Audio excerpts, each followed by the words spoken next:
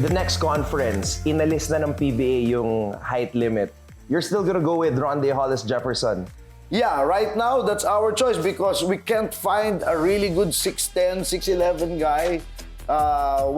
We see some really good 6'8", 6'9" guys. But I said, if it's just 6'8", 6'9", then might as well stay with Ronde. With the 2-inch difference, I don't think it's gonna mean much. Of course, if we find a fantastic 6'10", 6'11" player, we'll consider that. But right now, I think also in terms of keeping the chemistry.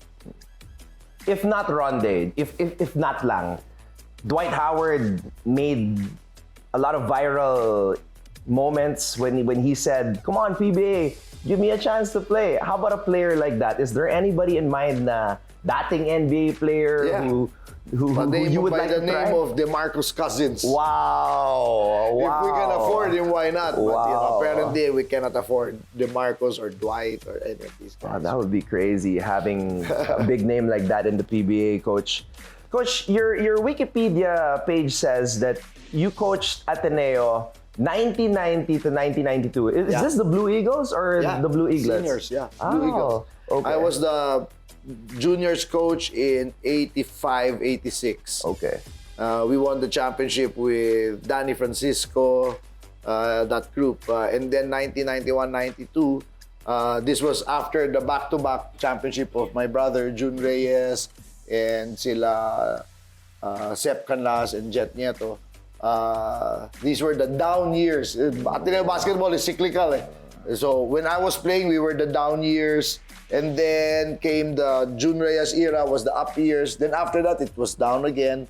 And then it went back up with the Norman Black era. And then now we're seeing it's down again. It's ganun talaga yung buhay ng collegiate sports. So I coached in the down year. I think the closest we got was we were a win away from the finals. We lost a close game to, I think, UE to get into the finals. So that was 1991, 92. I was head coach of the Ateneo College team, the seniors, head coach of Burger Machine in it was then called the PABL, and I was assistant of Tim Cone in Alaska. Those 3 years. Yeah. Did an opportunity ever come, let's say, in the past 10 years to coach in the UAP? No. I mean, there were whispers and there were kind of feelers, but no real direct offer. Serious offer. If ever you did coach in the UAP, how would you have adjusted your coaching style to coach like in the modern day UAP setting? I coach. I like to think that I'm a very agile coach. I pride myself in being very growth-minded. So I'm sure I'm going to adjust to the college game. Whatever it takes, if I'm put in that position, then I'm pretty sure that I can adjust to whatever is required in the college game. One of the reasons why I threw in that question, Coach, is that aside from Gilas, probably the UAAP, Ateneo, and LaSalle is the most scrutinized basketball team. UAAP, most talked about basketball league in social media, even more so than the PBA. And you, Coach, you're probably one of the most scrutinized sports personalities in Philippine basketball history. One of the most bashed personalities online. How did you develop such thick skin to continue just going and keeping on doing what you do despite all the outside noise? Well, it's a matter of framing. First of all, I acknowledge it. I don't hide from it. Even in my talks, I start my talks by saying thank you for inviting the most hated man in Philippine basketball. So I don't hide behind it. But you know what I've learned is that there is no real significant success without any real significant adversity. I mean, if you want to go after big successful endeavors, you have to be prepared to accept the failure that comes with it.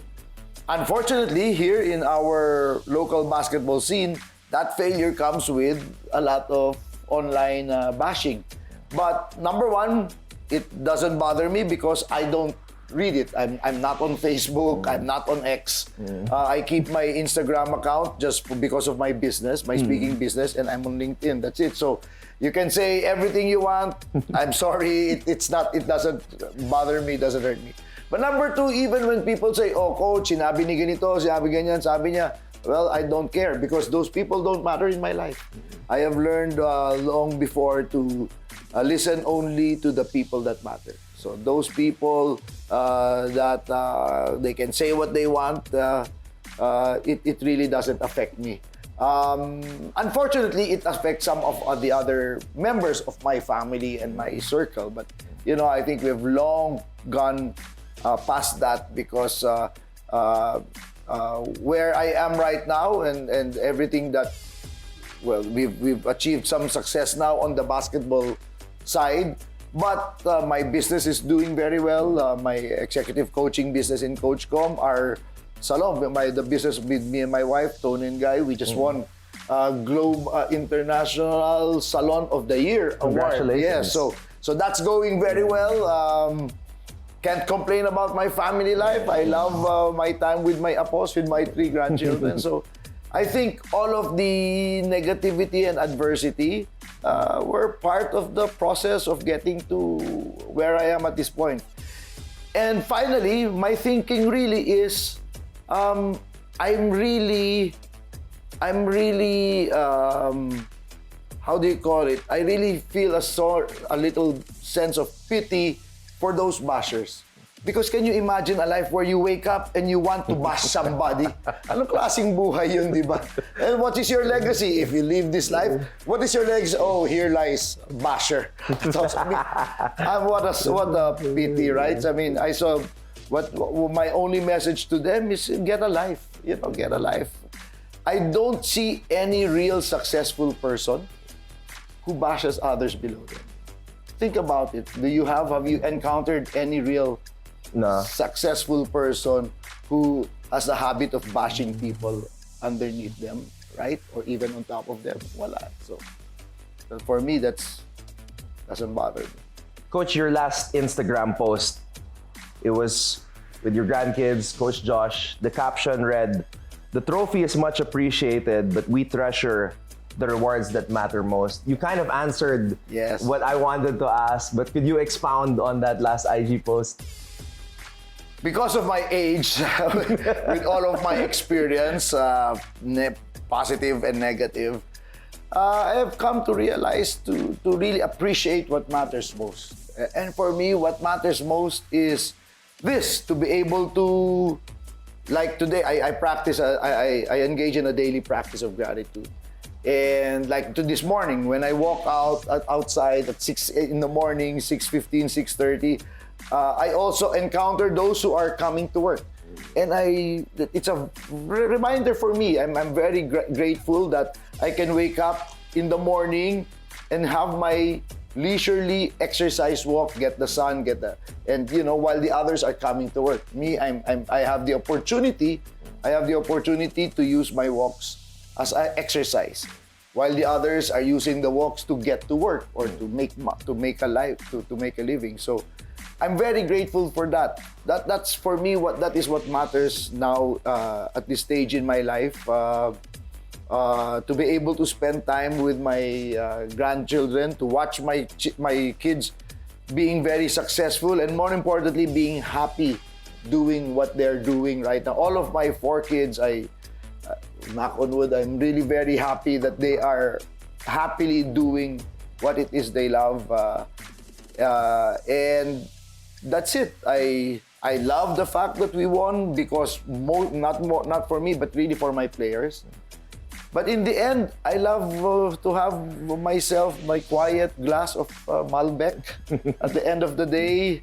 Today, after this, I have a photo shoot, and then I am giving a talk, and then I'm going to end the day with dinner with my wife and have a nice glass of red wine. Tomorrow early morning, I'll go out, I'll play golf. And you know, sounds like a great life. Yeah. So that's, for me, that is what matters most.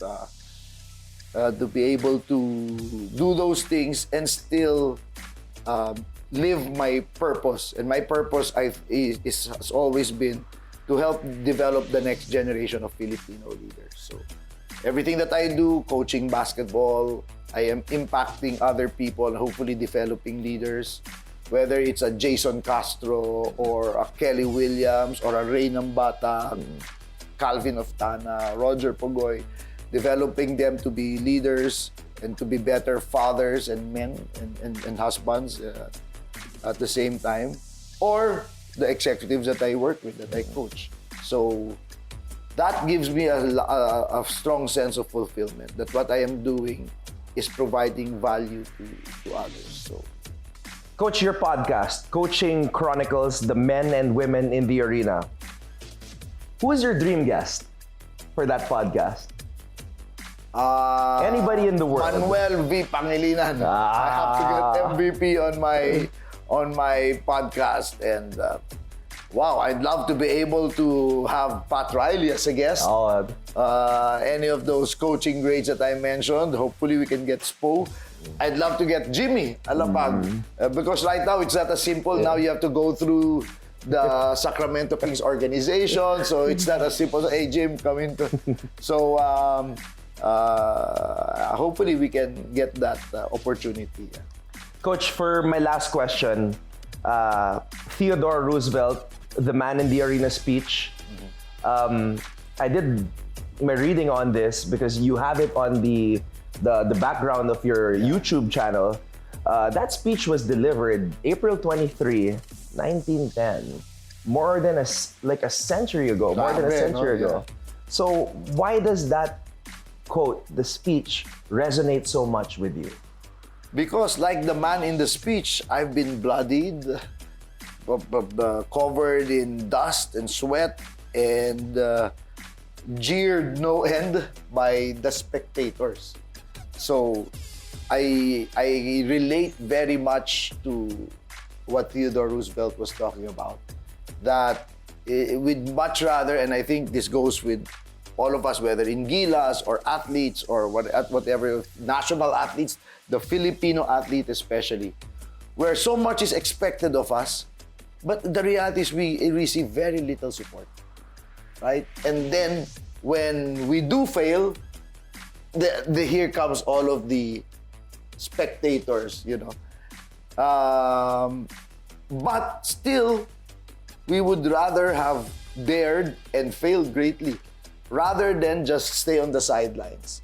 And of course, you're not going to be, you're going to come off very clean. You're not going to have any blood or sweat or dust in you, but you never participated, right? So for me, that is not a life worth living. I want to live my life. I want to live my life, and that includes the scars and injuries and adversities and pain and all of that. But for me, that is life well lived. Coach, thank you so much for the time. And again, congratulations on all the accolades and achievements. Thank you so much. Thank you. Thanks for having me. Huge honor to have Coach Chot Reyes here on the Scorecard on the Billionaire News Channel.